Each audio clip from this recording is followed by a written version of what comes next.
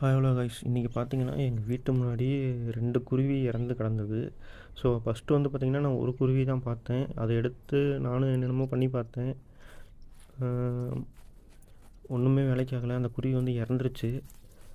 So அதை கொண்டு புதைச்சிட்டு மறுபடியும் வந்து பார்க்கையில் தான் கை கழுவலான்னு பார்த்தேன். அந்த இடத்துலையே பார்த்திங்கன்னா இன்னொரு குருவி இறந்து கிடந்தது.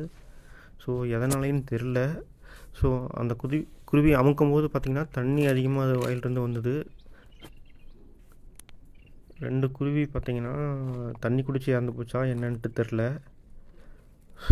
ஆனால் 2 குருவி கைஸ், எனக்கு என்ன சொல்கிறதுனே தெரில. ஸோ திடீர்னு பார்த்தா 2 குருவி இறந்து கிடக்குது. என்ன பேசுகிறது என்ன பண்ணுறதுன்னு ஒன்றும் புரிய மாட்டேங்குது. சரி, 2ஐயும் கொண்டு புதைச்சிட்டேன். ஸோ